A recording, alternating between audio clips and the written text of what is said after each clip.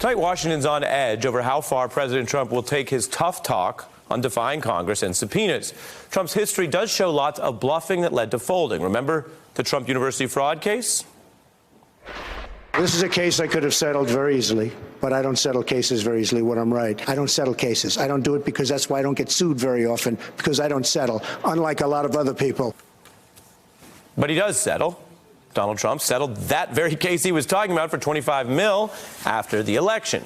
It's not just in business lawsuits either. Donald Trump spent months bluffing about his supposed courage that he was ready to face down Mueller. Would you be willing to speak under oath to give your version of 100%. So if Robert Mueller wanted to speak with you about that, I would be glad to tell him exactly what I just told you, Joe. But he wasn't glad. Everyone, of course, now knows Trump's legal strategy was actually to run from Mueller. The Mueller report noting they offered an interview for a span of over a year, and he always passed, the president declining. And then there is, of course, the most absurd one of all. You almost don't bother mentioning it. That Donald Trump's personal catchphrase imagines a tough boss who tells people when they're toast. Kevin, you're fired. Keisha, you're fired. Ian, you're fired. Terrell, you're fired. Jamie, you're fired. You're fired. But as president, we have countless reports that Donald Trump struggles to say those two words to his own staff. He asks others to handle it for him, and including on the biggest one of all, asking his lawyer Don McGahn to fire Bob Mueller. And that tick helped Trump in the end because McGahn now famously refused.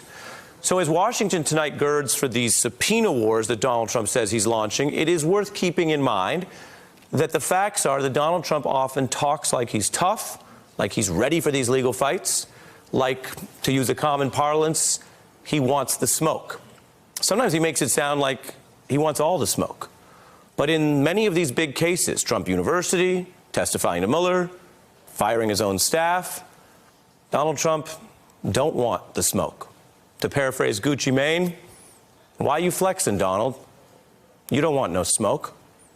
Keep on taking these pictures, holding these straps, but you are a non-smoker. I'm joined now by David Corn, Washington Bureau Chief for Mother Jones. I put the question to you. Does he really want the smoke? Well, I don't know what Grandmaster Flash would say about this, but I think what we're getting to, the smoke, is maybe existential smoke. We're not talking about, I'm glad you brought up the Trump University, because that's what I was thinking about too. Oh, I never settle. He settled that case. He has settled lots of cases over the years. He has paid hush money when as we know. But what we're seeing now, when it comes to getting his tax returns, when it comes to putting Don McGahn up on the congressional stand, and emoluments and everything else that's underway, that this is an existential crisis for Donald Trump. And I think he realizes it. And we've also had a lot of people say in the last couple of weeks that he may be vulnerable to criminal charges when he's out of the office as well. And of course, New York State Attorney General, the Southern District, there's a lot going on there. So I think in some ways he may be fighting not just for his political life, he may actually be fighting for his freedom.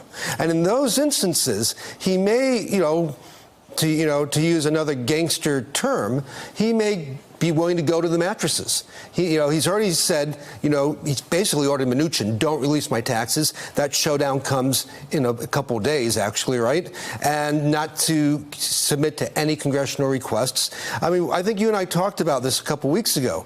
There's a constitutional crisis that's basically unfolding, and whether it's about taxes or whether it's about congressional testimony or getting the full Mueller report, at some point a court is going to order him to do something that he doesn't want to do. And at that point, he's going to say, no, make me. Then what happens? What happens? I mean, I'll answer your question may have been rhetorical. But please answer it.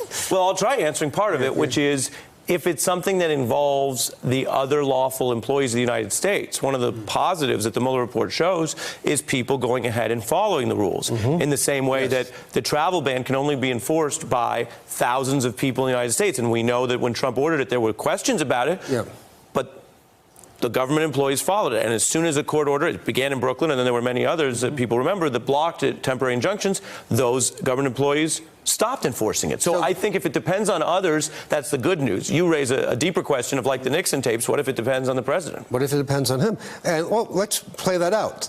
If if the administration blocks the request for his tax returns, and it goes to the court, and the court says you can't do this, what does Steve Mnuchin and the IRS commissioner do then? Do they say, sorry, Mr. President, I have to turn it over? Well, yeah, because that's what I mean. If it's up to them, yeah, I know. They can, and the tax returns exist over here, they can be held in contempt. They can be held in contempt. Which is different, say, from something that's privately held. And then so he then starts firing them, or does he throw up his hands and let it happen?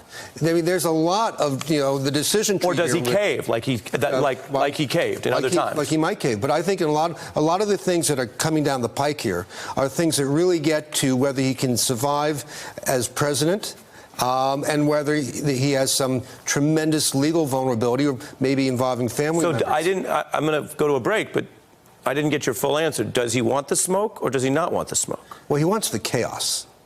He wants chaos, and sometimes there's smoke and chaos, sometimes there's fire, sometimes there's just a lot of quiet. But in any event, I think, on some things, I think he's going to dig his heels in. I think he has no choice. David Corn, always a pleasure to see you, especially in person here in Washington. Hey, I'm Ari Melber from MSNBC. You can see more of our videos right here, or better yet, subscribe to our YouTube channel below. You could have been anywhere in the world, but you're here with us, and we appreciate that.